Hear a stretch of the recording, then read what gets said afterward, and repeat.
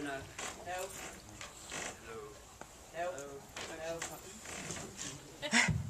Hello. Hello. I don't know how I can follow that, but I'm going to start by welcoming the filmmaker, Stephen Kessler, back to the stage.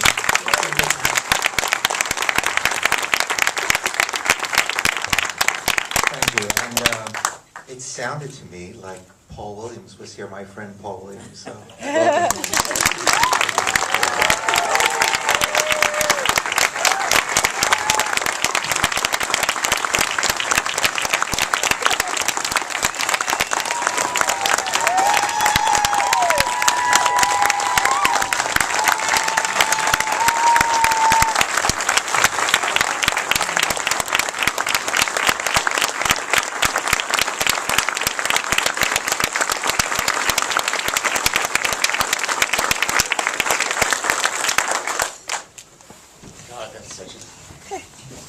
Exhausted ride. Thank you. It's interesting to sit and watch that with, first of all, with my kids, my son Cole, my daughter Sarah sitting up there watching this movie for the first time on the big screen. How'd you guys like it? Great pops. Thank you, sweetheart. Powerful. I mean, it's an amazing experience. It's like in recovery we use a term called inventory. It's like having your inventory filmed. Very bizarre, but it's great to be here. I came back. We did a thing for Roadhouse. We did a thing. I think what did we show? We showed the Muppet movie and did an outdoor thing where we did a sing along and all. So it's great to be back here in Austin. Yeah. So it's great to be back here at all. How many years did we actually work on this? I mean, off and on for. About 5 years. 5 years.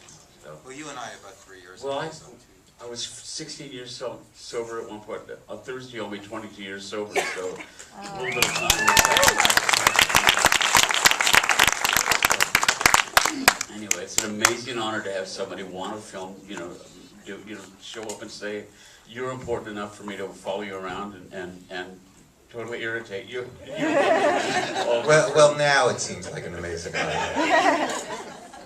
I want to take questions. I just want to say that there are a few people here that I couldn't have finished the film without. One is Paul's manager, Nancy Munoz, who helped me so much getting things together. Nancy's here somewhere.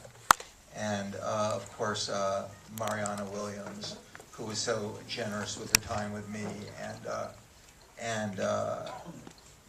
generous with everything, opening our home and everything else.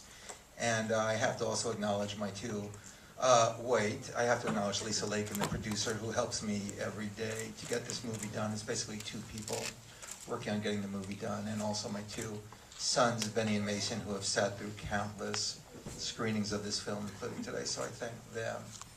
And shall we just open it to questions? Yeah, let's just open it right up. Yeah, questions. Yeah. Right there. Yeah, with the glasses. I was always uncomfortable talking to Paul, even until we went to the Philippines. I never had a time when I felt like I could just call Paul on the phone and go, "Hey, Paul, what's?" It was never that way. To answer your question, though, I knew that Paul would like the film. I was honestly not concerned. I knew he actually didn't know about all the stuff he gave me, but somehow I knew he would be okay with it, and I didn't really worry about that. And actually the only thing Paul did say to me was he was worried, since it's just us in the room, he was worried about how Mariana was portrayed in the film, and I called Mariana. I said, Mariana also saw the film at the same time as Paul, and I said, "Are you okay? Should I make you funnier in the film?" And she said to me, "Stephen, if you ever make a film about me, you can make me funnier in that film, but I'm very happy with your film. I like it a lot." So thank you, Mariana. And Paul, when he watched it at the end, he cried, and he said to me, "Look, I love your film, and I hate a lot of it, but I understand why it's in there, and I'm okay with it." And I kind of always expected that would be his his response. That's my 10-minute answer to the At first the very, question. at the very beginning, Steve said, if you don't love something, I'll take it out. And there's some things up there that when I saw, when he showed me the footage of the Merv Griffin show, I remember being screwed up there. I mean, I remember not remembering. It's an odd sort of another place where only alcoholics go, where you're gonna, I remember there's something back there I'm really embarrassed about. And then he showed it to me, you know.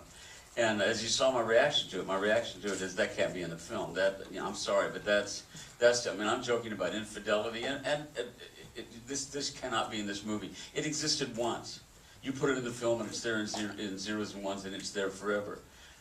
But when I saw the film that he made, the impact of to me, the message of the film is about values, and it's about real values as opposed to fame and celebrity, which is, for me, was clearly as addicting as alcohol and drugs. Not quite as addicting as alcohol and drugs, because I walked away from that for the alcohol and the drugs and all.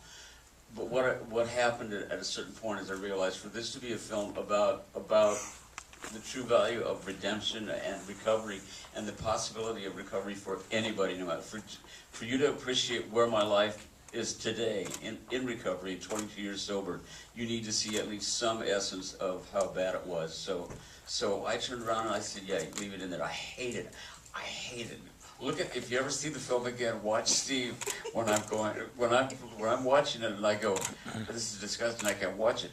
He's grinning as if you just put a turkey dinner in front of a starving man. I wanted to see it. I was going to ask you to say hi to her, so thank you. Is that it? That's it. It's my favorite question. Now we heard the one right answer.